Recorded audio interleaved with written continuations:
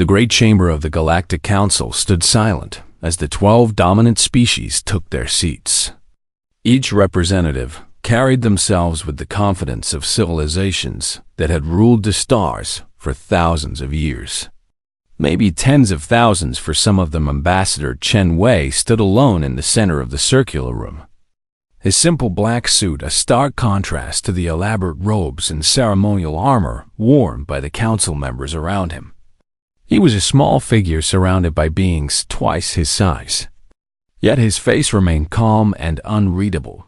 The Valkyrie High Chancellor rose from his throne-like seat, his forearms spreading wide in a gesture that looked welcoming but felt threatening. His silver skin gleamed under the chamber lights as he spoke in a voice that echoed through the vast space. "Humanity," he began, his tone dripping with false courtesy. "You have been part of our galactic community for 300 years now, a mere moment in the span of civilized history." Chen Wei nodded slightly, saying nothing, waiting for what he knew was coming. "In that brief time, you have expanded aggressively across 47 star systems. You have consumed resources at an alarming rate and built a military fleet that, while small, concerns many of the elder races." The Chancellor's voice grew harder with each word around the room. Other council members shifted in their seats. The insectoid Threx clicked their mandibles in agreement while the crystalline Zorthi hummed a resonant note of approval. "We have therefore decided," the Chancellor continued, "that humanity must accept certain limitations for the good of galactic peace." Chen Wei's expression didn't change, though inside he felt a cold certainty settling over him. This was the moment Earth's leaders had predicted would come. The moment they had spent 3 centuries preparing for. "First," the Chancellor announced, raising one of his 4 hands, "humanity will cease all expansion beyond your current systems immediately. Second, you will surrender 60% of your military vessels to be integrated into the Council's peacekeeping forces. Third, you will accept economic sanctions, limiting your trade and resource extraction to levels we deem appropriate." The chamber filled with satisfied murmurs. The council members clearly expected humanity to have no choice but to comply, after all. The combined military might of the 12 dominant species numbered over 600,000 warships, while humanity's known fleet barely reached 12,000. Chen Wei let the silence stretch for a long moment before he spoke, his voice quiet but clear. "The government of United Earth will need time to consider such significant demands." The Chancellor's expression, difficult to read on his alien features, seemed almost amused. "Of course, Ambassador. We are not unreasonable. You may have 72 hours to consult with your homeworld and return with your acceptance, not your response," Chen Wei noted. "Your acceptance." They had already decided humanity had no real choice. "Thank you, High Chancellor," Chen Wei said with a slight bow. "I will depart immediately to carry your ultimatum to Earth." As Chen Wei turned to leave, he heard the Threx representative cheering to his neighbor. 300 years and they still don't understand how things work here. They're children playing at being adults. Chen Wei allowed himself the smallest of smiles as he walked through the great doors. If they only knew how wrong they were that evening. In the private quarters assigned to human diplomats, Chen Wei composed a message using encryption so advanced that the Council's best cryptographers couldn't crack it in 1,000 years. The message was brief. "They have given us the ultimatum as predicted. They want our submission, our ships, our freedom to grow. They believe we are weak and have no choice but to surrender." He paused, his fingers hovering over the keyboard, then typed the final line. "They have chosen the hard way. Initiate protocol nightfall." He sent the message through a quantum relay that would reach Earth in minutes despite the vast distance. Then he poured himself a glass of water and waded across the Galactic Council's many homeworlds. Celebrations had already begun. News of humanity's impending humiliation spread quickly through the networks and information streams on Velkar Prime. The Chancellor's Palace hosted a grand feast where nobles toasted to the Council's decisive action. The humans needed to be reminded of their place. One dignitary declared to approving laughter. 300 years is nothing. They are babies in a galaxy of ancients. In the military headquarters of the Threx Collective, admirals reviewed deployment plans for the enforcement fleet. If the humans are foolish enough to resist, one of them clicked. We will crush them in days, our 600,000 ships against their pitiful 12,000. It will barely count as a battle. The Zorathi Council of Harmonics sang their satisfaction in crystal tones. Their song speaking of order restored and upstart species. Put in their proper place none. Of them noticed the anomalous sensor readings, appearing at the edges of their systems, tiny fluctuations in space-time that their instruments dismissed as background radiation or stellar interference. None of them paid attention to the few human freighters that had been operating in their space for decades. Civilian vessels so common and harmless that they had become invisible through familiarity. None of them wondered why humanity, in 300 years of membership in the galactic community, had never invited a single council inspector to visit their shipyards or military installations. The council had made many assumptions about humanity.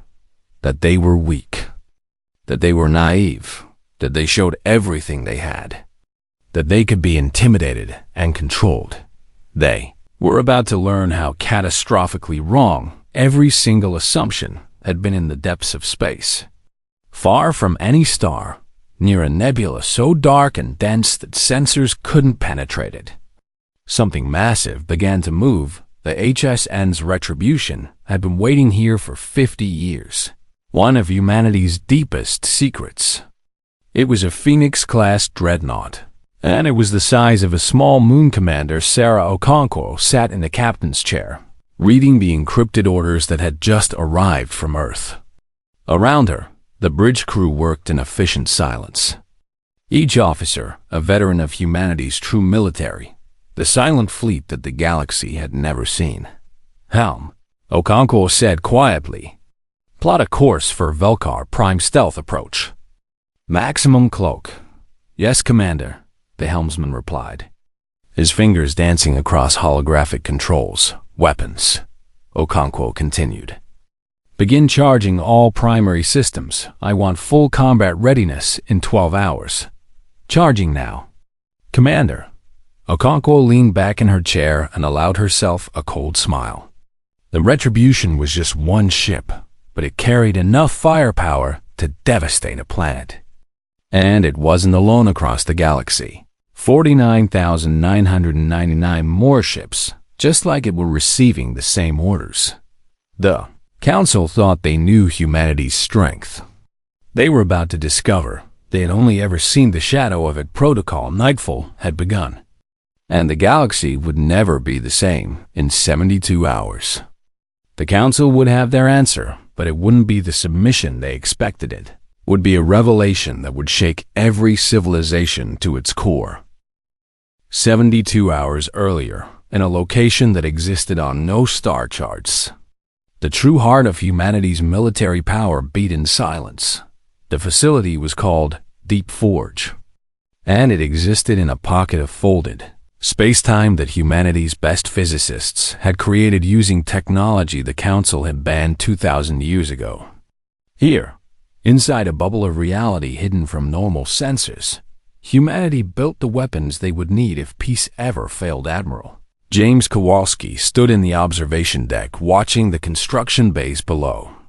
Thousands of workers, human and AI drones working together, assembled the latest Phoenix-class dreadnought. Its dark hull absorbing light like a piece of missing space. It's beautiful, said Dr. Amar Asay, the chief scientist of the Silent Fleet Project. As she joined him at the window, it's terrifying, Kowalski corrected, though his voice held a note of pride. One of these ships could fight the entire Velkari-Helm fleet to a standstill, and we have 100 of them, Osei nodded slowly. Do you think the Council will actually force us to use them? Kowalski's jaw tightened. "I've been doing this job for 30 years. Amara, I've watched the Council operate. Seen how they treat species they consider inferior. Yes. I think they'll push until we have no choice but to show them what we really are. We gave them every chance," Asay said quietly. 300 years of trying to be good neighbors, of following the rules, of being patient. And they mistook our patience for weakness, Kowalski replied. "The oldest mistake in the book. The history of humanity's arrival in the galactic community was well known, at least the official version of it. 300 years ago, a Velkari exploration vessel had discovered Earth and made first contact with a species that had just developed faster than light travel. What the official histories didn't mention was what happened in the months after that first contact. Before humanity formally joined the Council, Ambassador Chen Wei's predecessor, Ambassador Maria Santos, had been a shrewd woman who understood power dynamics. She had spent those months carefully observing how the Council operated, how they treated established members versus newer species, how military strength translated into political influence. Her reports back to Earth had been blunt. The Galactic Council is not a democracy. It's an oligarchy of ancient species who maintain control through military superiority. Younger species are tolerated, not respected. They are given the appearance of voice without real power. If we want to survive and thrive here, we cannot show them everything we are capable of. The Earth governments had debated for weeks before making their decision. Some wanted to be honest and open, to share humanity's full capabilities and hope for fair treatment. Others argued that revealing weakness invited exploitation in the end. Pragmatism won. Humanity would join the Council, but they would hold back. They would show enough strength to be taken seriously, but not so much that the elder races felt threatened.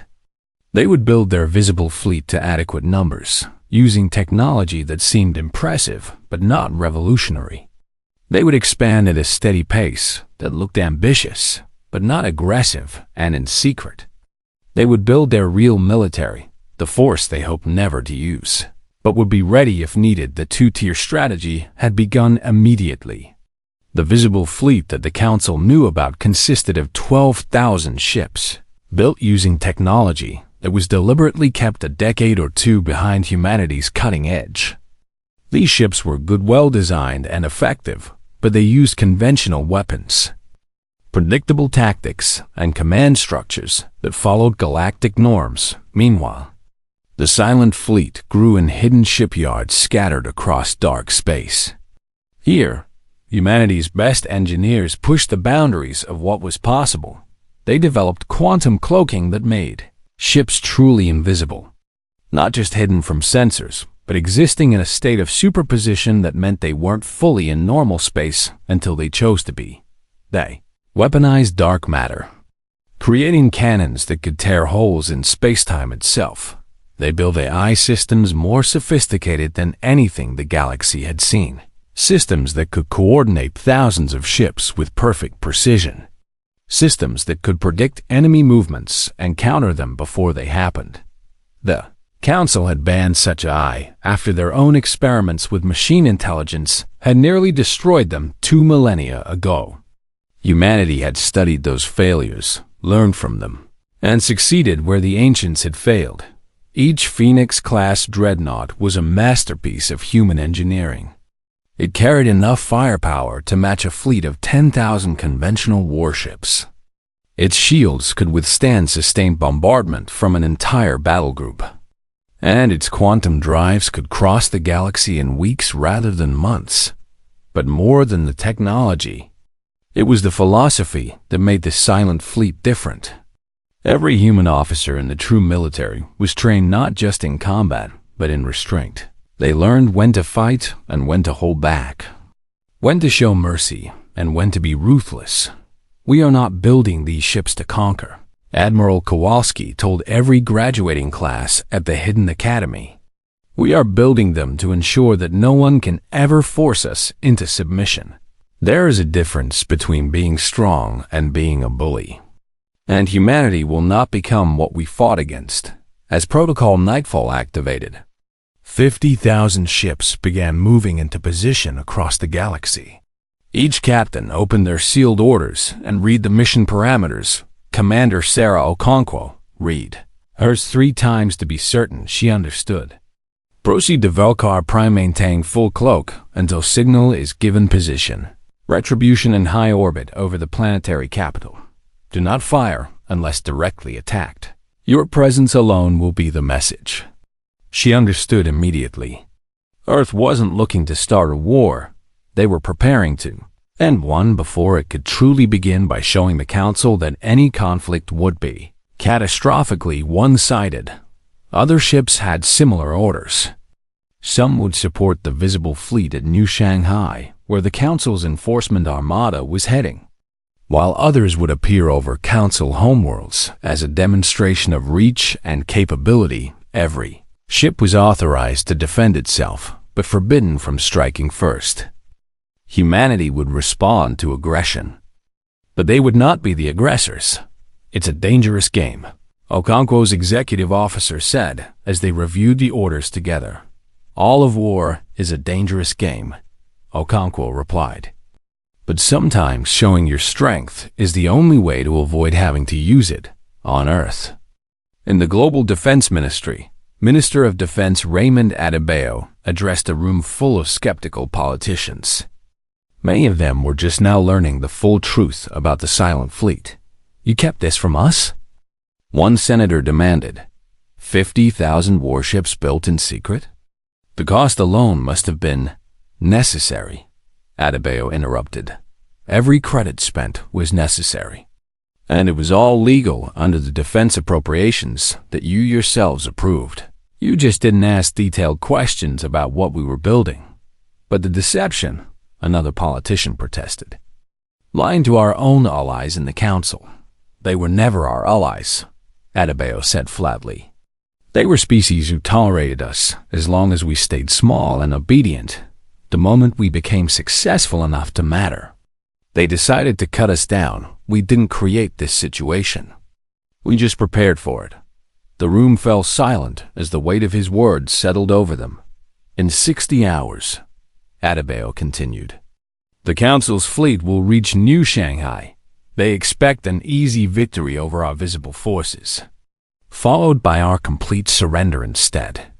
They're going to learn that humanity is not the weak newcomer they believed us to be. He pulled up a holographic display showing the Dios, Silent Fleet's positions. This is not about conquest or revenge. This is about survival and respect. We tried peaceful coexistence for 300 years, and they responded with ultimatums and threats. So what happens now?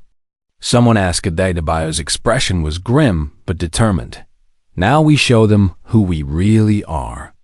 And we pray they're wise enough to accept peace when we offer it. Because if they choose to fight, he didn't need to finish the sentence. Everyone in the room understood that the galaxy was about to change forever. The Council's enforcement fleet dropped out of faster-than-light, travel at the edge of the New Shanghai system like a swarm of metal locusts. 600,000 warships filled the darkness of space, their running lights creating a sea of stars where none had existed moments. The 4-Admiral Kresh of the Valkyrie 4th Fleet stood on his command deck, all 4 arms crossed in satisfaction. Open a channel to the human colony, he ordered within moments. The holographic image of New Shanghai's orbital defenses appeared before him. The human visible fleet had gathered to protect their furthest colony, 12,000 ships, arranged in defensive formations that Kresh recognized from standard Galactic military doctrine. Attention human forces, Kresh announced, his voice carrying the weight of absolute certainty. You are outnumbered 50 to 1. Surrender immediately, and no blood will be spilled. Resist, and you will be destroyed. The human admiral, a woman named Patricia Volkov, appeared on his screen. Her face was calm, almost serene, and something about her expression made Kresh feel uneasy for reasons he couldn't explain. Admiral Kresh, she said evenly. "We will not surrender if you want this system. You'll have to take it." Kresh's mandibles clicked in annoyance. "So be it. Humanity's foolishness will be remembered as a cautionary tale." He cut the connection and turned to his tactical officer. "All ships, advance and engage, disable their vessels, but minimize casualties. The Council wants them humbled, not massacred." The massive fleet began moving forward, and the battle began. For 30 minutes, it appeared exactly as the Council had expected. The human ships fought bravely, but were clearly overwhelmed by the sheer numbers arrayed against them. They retreated in good order, firing as they fell back, but losing ground with every passing moment across the galaxy. The Council species watched broadcasts of the battle with satisfied interest. "The humans are fighting well for primitives," commentators noted, but the outcome was never in doubt. On Volcar Prime, nobles gathered in viewing chambers to watch humanity's defeat. Champagne flowed freely as the enforcement fleet pushed deeper into the new Shanghai system. What none of them noticed was the precise pattern of the human retreat. The way their ships moved with mathematical perfection. The way they were drawing the Council fleet into a specific formation, and absolutely none of them noticed the massive distortions in space-time appearing at the edges of 12 different Council home systems. Distortions that their sensors dismissed as stellar interference or equipment malfunction. Commander Sarah Okonkwo watched her tactical display with focused intensity.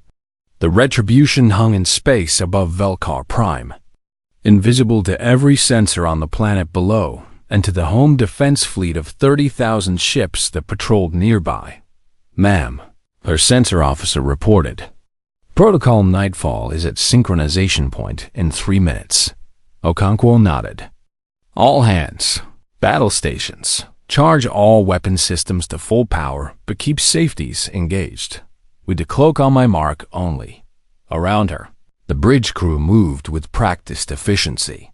Every officer knew that in moments, they would reveal themselves to an unsuspecting enemy, and the galaxy would change forever. She opened a fleet-wide channel to the other 49,999 ships of the Silent Fleet. "All vessels. This is Retribution Actual. In 2 minutes, we show them who we really are. Remember your orders. We are here to demonstrate strength, not to slaughter. Fire only if fired upon. Let our presence speak louder than our weapons." Acknowledgments came back from across the galaxy, from captains positioned over every major Council homeworld, from the massive fleet waiting to support Admiral Volkov at New Shanghai. 1 minute. The sensor officer called out. Okonkwo allowed herself a deep breath. 300 years of secrets were about to end.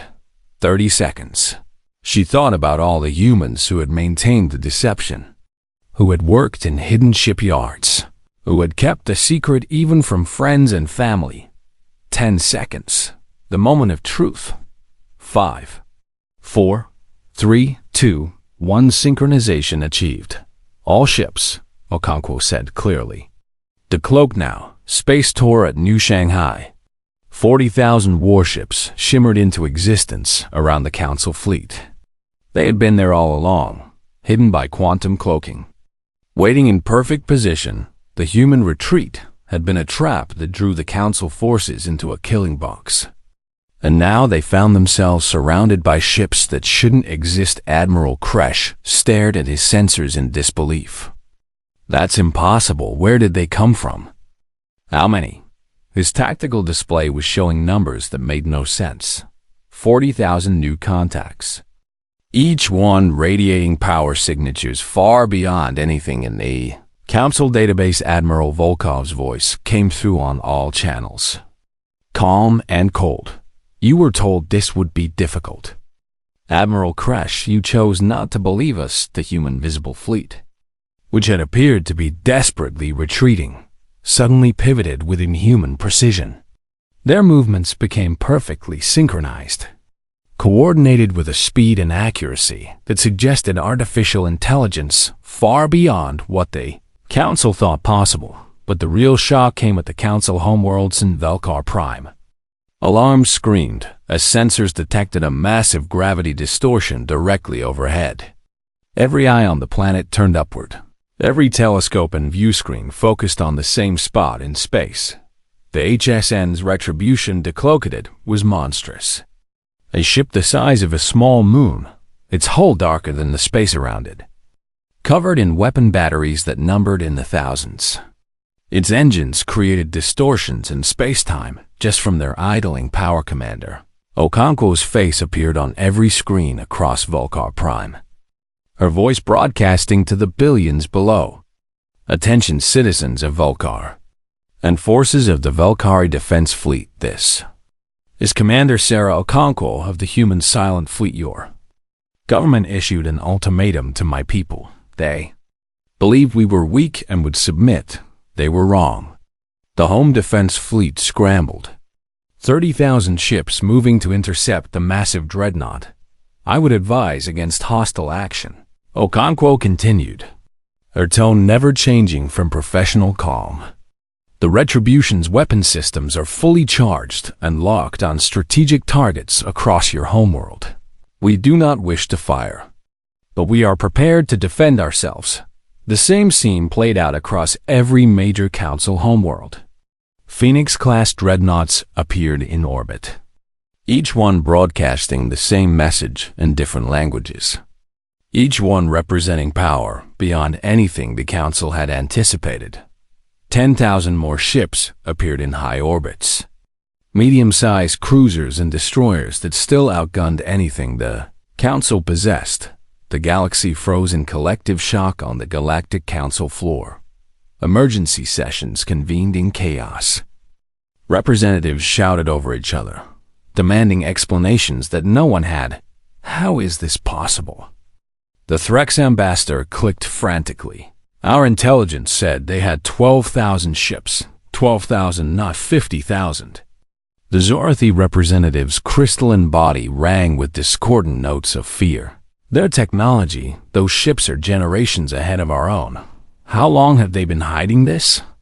The Velkari High Chancellor stood at his throne, his silver skin pale with shock, staring at the holographic displays showing human dreadnoughts hanging over his homeworld like swords. Ready to fall, Ambassador Chen Wei walked calmly into the chamber. Every eye turned to him, and the shouting stopped. You asked for our answer to your ultimatum, Chen Wei said quietly, his voice carrying through the silent room. This is our answer. You've been lying to us for 300 years. Someone shouted. No, Chen Wei corrected. We simply never told you everything. There's a difference. You assumed. We were showing you our full strength. That assumption was yours, not our deception. The High Chancellor found his voice. You would threaten our homeworlds? You would hold entire populations hostage? Chen Wei's expression hardened. You came to our colony with 600,000 warships planning to force our surrender through overwhelming force. You were prepared to destroy us if we resisted. Now you experience what it feels like to be the weaker party. How does it feel, Chancellor? The chamber remained silent. Humanity gave you 300 years of cooperation, Chen Wei continued. We followed your rules, respected your laws, tried to be good neighbors, and you responded by demanding our submission. You believe we would have no choice but to obey. He let that sink in before delivering the final blow. You were given a choice 3 days ago. You chose to see us as inferiors to be controlled. You chose to threaten us with military force. You chose this path. Now, Chen Wei said, his voice carrying a weight of absolute certainty, the galaxy will learn what humanity becomes when pushed too far. We are not here to destroy you, but we will never again accept being treated as lesser. The old order ends today, in orbit above Velkar Prime. Commander Okonkwo kept her weapons locked on target. Waiting for orders, the galaxy had seen humanity's hidden face, and nothing would ever be the same. The Threx Swarm Collective was the first to test humanity's resolve. They were warriors by nature, species that had conquered 20 systems through pure military aggression. And they refused to believe that humanity would actually use the weapons they had revealed. "They are bluffing," High Warrior Krex declared in the Emergency War Council, his mandibles clicking with aggressive certainty. "They show us these ships to frighten us into submission. But they will not fire humans or soft. They value life too much to commit genocide." He ordered his home fleet to attack the human dreadnought. Hovering over Threx Prime, it was the worst mistake his species had ever made. Commander Marcus Chun of the HSN's Invictus watched the Threx fleet approach on his tactical display. 25,000 ships accelerating toward his position, weapons charging, clearly intent on destroying his vessel or dying in the attempt. "Sir, they're not slowing down," his tactical officer reported. "Weapons lock detected. They're going to fire." Chun's jaw tightened. "Broadcast on all channels. This is your final warning. Power down your weapons and withdraw, or we will defend ourselves." The only response was a massive barrage of plasma torpedoes and particle beams. The Threx had committed to their attack, shields holding at 98%. The defensive coordinator called out, "No damage." Chun took a breath and gave the order he had hoped never to give. "Weapons free. Disable their vessels, target engines, and weapon systems. Only do not target life support or crew compartments." The Invictus responded with precision that seemed almost supernatural. Its AI-assisted targeting systems identified every ship in the Threx fleet simultaneously, calculated optimal firing solutions, and executed them in microseconds. Beams lanced out with surgical accuracy. Each shot struck exactly where intended. Engine blocks shattered, weapon ports melted shut, shield generators exploded, but not a single shot hit a crew compartment or life support system in 47 seconds. The entire Threx home fleet was disabled, floating dead in space, but with every crew member alive inside their crippled vessels. "Cease fire," Chun ordered. "Broadcast rescue frequencies to all disabled ships and offer assistance with life support repairs." High Warrior Krex sat in his flagship, emergency lighting casting red shadows across his command deck, surrounded by sparking consoles and the smell of burnt circuits. His ship was dead, his fleet was destroyed, and not a single warrior had died. A human transmission came through. "High Warrior, this is Commander Chun. We have disabled your fleet as you forced us to do. Our medical teams are standing by to assist with any injured. Please transmit your casualty reports." Krex stared at the screen in stunned silence. They could have annihilated his entire fleet, could have killed millions, but instead, they had shown perfect restraint while demonstrating absolute superiority. Why? He clicked quietly, more to himself than anyone else. Why didn't they kill us? The message spread across the galaxy with the speed of light-speed communications. Humanity had the power to destroy but chose mercy. They could annihilate, but preferred to disable. Other council species reconsidered their options at New Shanghai. The battle that wasn't really a battle continued. Admiral Volkov's combined forces, 12,000 visible ships and 40,000 from the Silent Fleet, had the Council's enforcement fleet completely surrounded, and outmatched Admiral Kresh had stopped giving orders. He simply stood on his bridge, watching his tactical display with horrified fascination as human ships moved through his formations, like sharks through a school of fish, disabling, crippling, capturing, but never once going for kill shots. "They're toying with us," his second-in-command whispered. "They could have destroyed us in the first minute." Kresh nodded slowly. "They're proving a point. They want the Council to understand that this isn't a war we can win. It's a lesson we need to learn." A human transmission requested his surrender. Kresh, looking at his disabled fleet and seeing no path to victory, accepted. "All Council forces," he broadcast. "Cease fire and stand down." His voice caught. "We surrender." In the Galactic Council chambers, chaos reigned. Representatives screamed at each other, while others sat in stunned silence.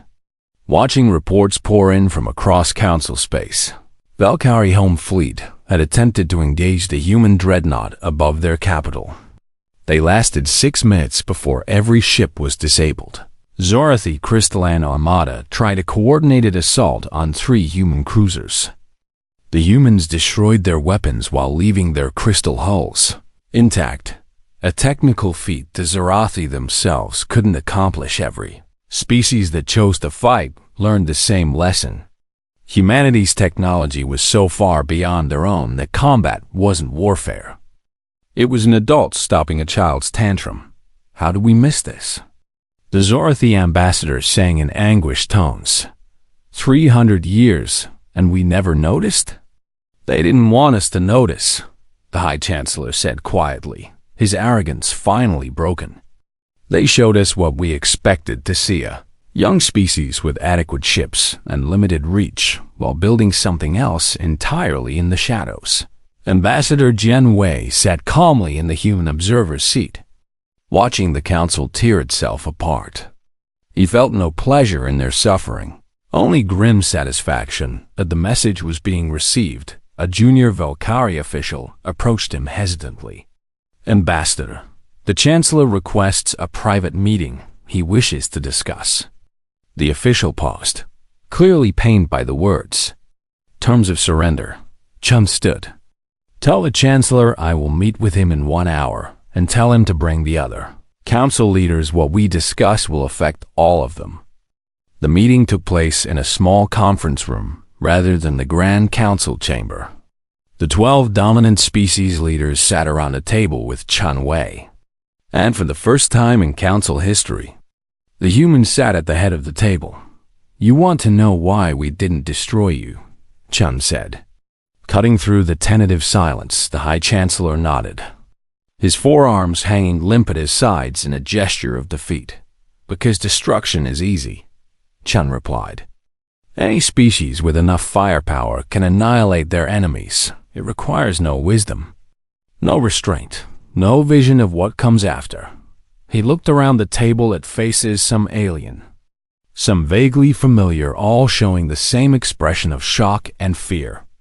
300 years ago, when we joined the Galactic Council, we saw how you treated younger species, not as equals, but as subordinates. We saw how military might translate it into political power, how the strong dominated the weak.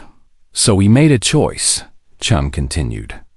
We could either accept permanent inferior status, or we could become strong enough that you couldn't dominate us. We chose the latter. But we also made another choice, he said, his voice softer now. We chose not to become what you were.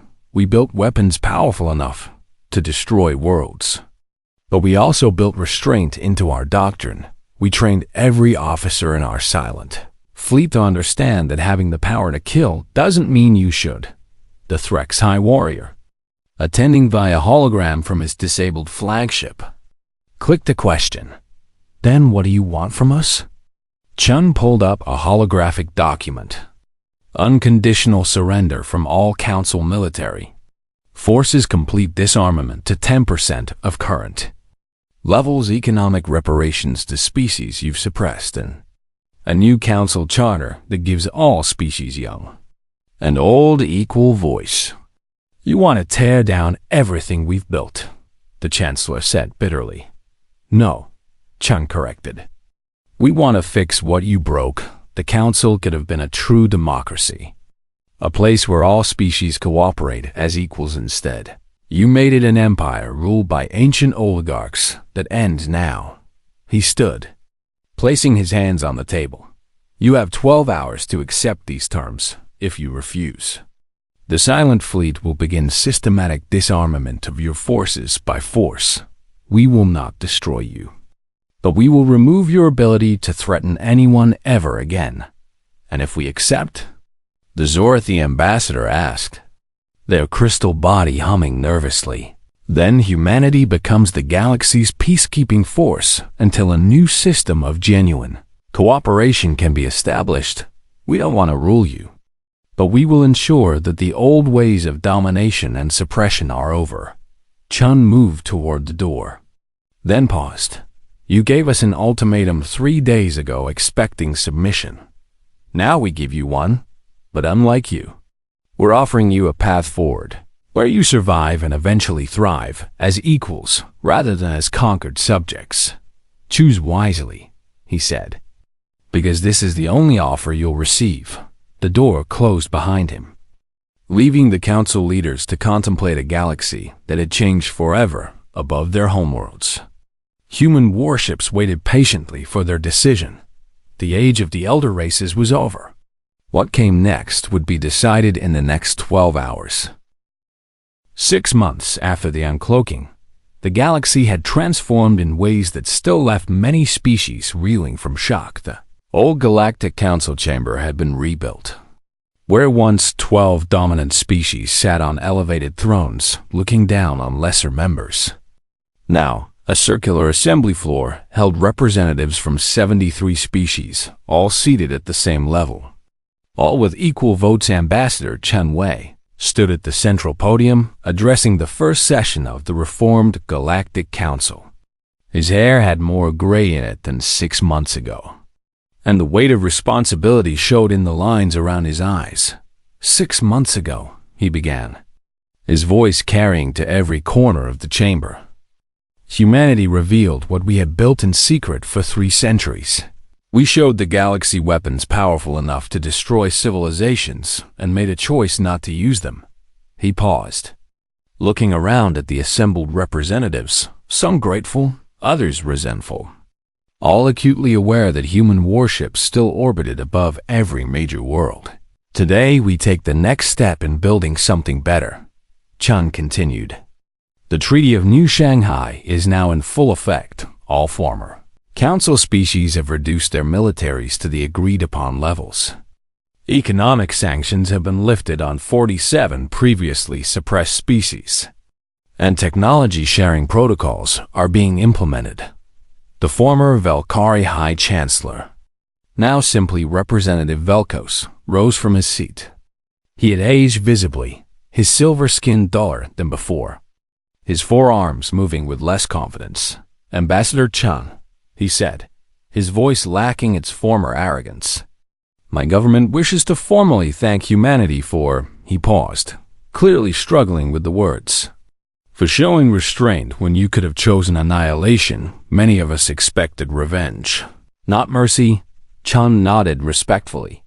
Representative Velkos, humanity learned long ago on our own world that revenge only perpetuates cycles of violence. We didn't fight to destroy you. We fought to ensure that no species could dominate others the way the old council dominated younger races. But make no mistake, Chun added, his tone hardening slightly, this new order is not optional. Humanity will serve as peacekeepers until genuine cooperation becomes self-sustaining. Any species that attempts to return to the old ways of domination will face the full might of the Silent Fleet. No one in the chamber doubted he meant it. In orbit above Velka Prime, Commander Sarah Okonkwo prepared to depart. The HSNS Retribution had remained on station for 6 months as a visible reminder of humanity's power and resolve. All systems secured for deep space transit, her executive officer reported. Crew was ready to return to dark space operations. Okonkwo allowed herself a small smile. After 6 months of being the sword hanging over the Velkari homeworld, she was ready to return to the shadows where the Silent Fleet belonged. Helm, take us out. Plot a course for Deep Forge facility. As the massive dreadnought began moving away from Velka Prime, something unexpected happened. Civilian communication channels lit up with thousands of messages from the planet below. Commander, the communications officer said with surprise in her voice, we're receiving, I think they're thank you messages from Volcari citizens. Okonkwo raised an eyebrow. Put one through. A young Velkari appeared on screen, speaking halting English. Commander Okonkwo, I am student of military history. I study what you could have done to us. What you chose not to do, my generation will remember that humans showed mercy when they had every reason for revenge. Thank you." The message cut off, replaced by another and another. Thousands of ordinary Valkyrie saying the same thing in different ways, so Concours felt an unexpected tightness in her chest. "Acknowledge all messages with our gratitude," she said quietly. "And tell them, we hope to meet again someday as true friends. Not as conquerors and conquered." The retribution slipped into faster-than-light travel, disappearing from normal space, but everyone knew it was still out there somewhere. Watching on Earth, in the Global Defense Ministry, a very different conversation was taking place. Minister Adebayo stood before a holographic display, showing schematics that made the Phoenix-class dreadnoughts look like toys. Project Horizon is now authorized to move from research phase to construction, he announced to the assembled military leadership. Admiral Kowalski studied the designs with a mixture of awe and concern. "These are Titan-class vessels. Each one would be 3 times the size of a Phoenix dreadnought. The resource requirements alone are necessary," Adebayo interrupted. "We revealed the Silent Fleet to save ourselves from Council domination. But in doing so, we showed the galaxy our hand. If we truly want to ensure lasting peace, we need to maintain our technological superiority. There's another reason," he added, pulling up long-range sensor data. "Our deep space probes have detected anomalies beyond the galactic rim energy, signatures that don't match any known species. We may have solved our problem with the Council species, but the universe is much larger and potentially more dangerous." Dr. Osei, reviewing the data, nodded slowly. "You're preparing for threats we haven't even encountered yet." "That's exactly what I'm doing," Adebayo confirmed. 300 years ago, humanity prepared for the possibility that the Council would turn on us. We were right to prepare. Now we prepare for what might come from beyond the galaxy. Hope we never need these weapons, but have them ready if we do." Kowalski looked at the Titan-class schematics again. "When do we start construction?" "Immediately," Adebayo replied. "In secret. Just like before, the galaxy knows about the Silent Fleet now. But they don't need to know about this, not yet.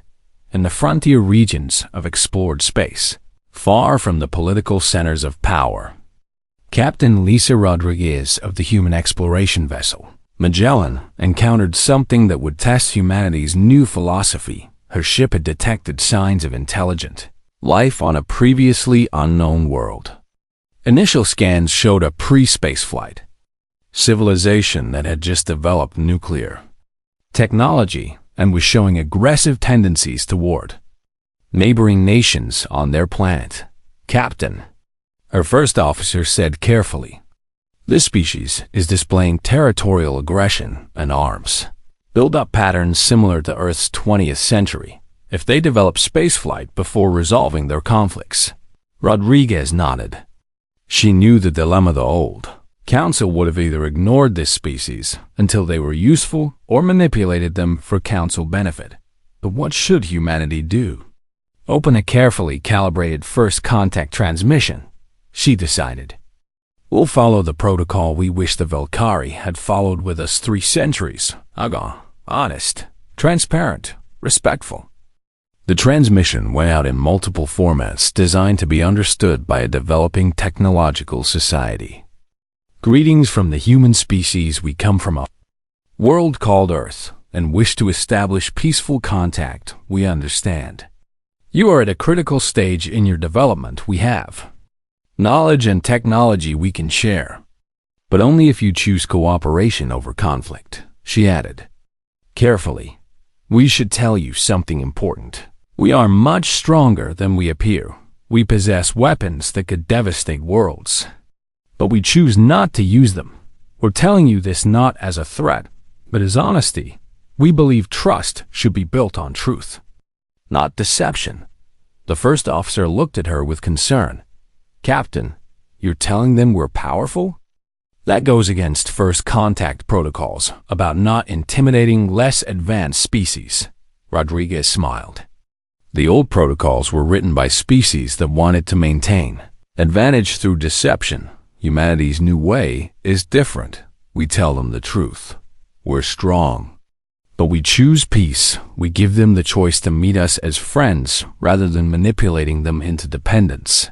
And if they respond with aggression? The first officer asked. Then we leave and return when they're ready, Rodriguez replied. But we don't hide who we are. We learn from the Council's mistakes, deception. Even well-intentioned breeds resentment. Back in the reformed council chambers. The session was ending. Representatives filed out discussing trade agreements and cooperative research projects. Things that would have been impossible under the old system. Ambassador Chen Wei remained behind, standing alone in the empty chamber. The weight of what humanity had taken on peacekeepers for an entire galaxy settled heavily on his shoulders. His communicator chimed. It was a message from Admiral Kowalski, marked highly classified. He opened it and read. Project Horizon construction beginning first Titan-class vessel. Estimated completion in 15 years. We're preparing for what comes next. Chun closed the message and looked up at the empty seats around him. The galaxy was at peace for now, held in check by humanity's overwhelming military superiority and willingness to use force to maintain order. But he knew this was only a temporary stability. Real peace would require generations of trust building, of proving that humanity would remain fair arbiters, even when it was inconvenient or costly. We didn't ask for this responsibility, he said quietly to the empty room. But we earned it when we chose mercy over annihilation. Somewhere in deep space, the silent fleet maintained its watch.